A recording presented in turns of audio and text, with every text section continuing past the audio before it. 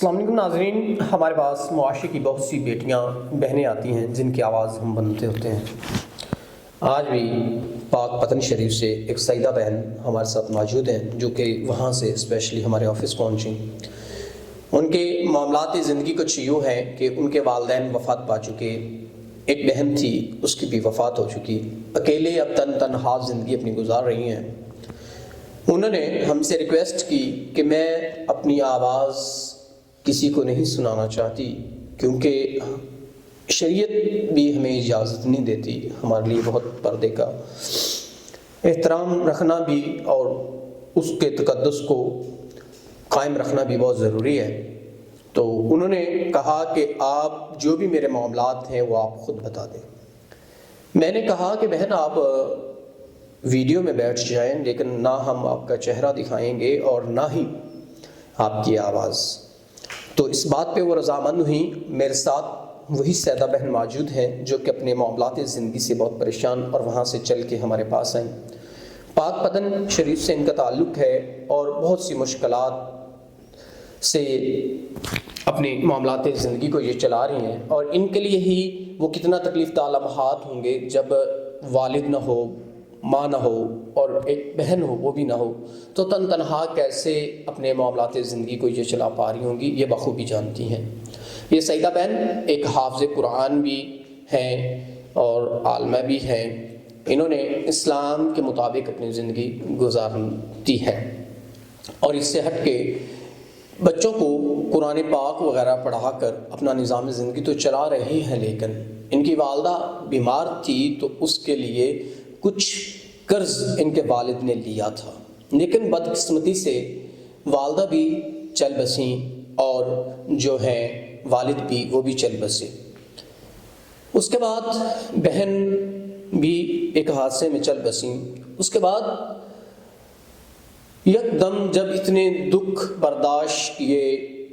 ماں کا، باپ کا اور بہن کا، تو اس کے بعد جینا بہت محال ہو گیا، اور قرض والوں نے بھی ان کے لیے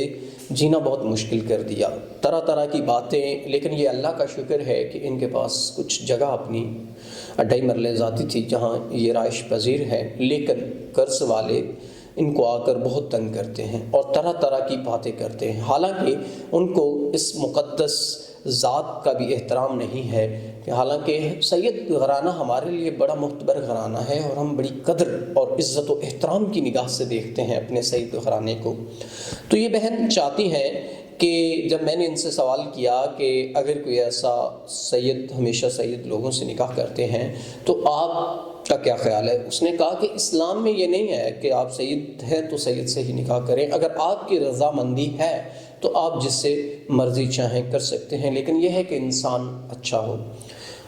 اس بہن نے مزید ہمیں یہ بتایا کہ کوئی نیک انسان جو ان کے معاملات، ان کے قرض وغیرہ کے معاملات، ان کو سب سے بڑی جو چیز ہے عزت، احترام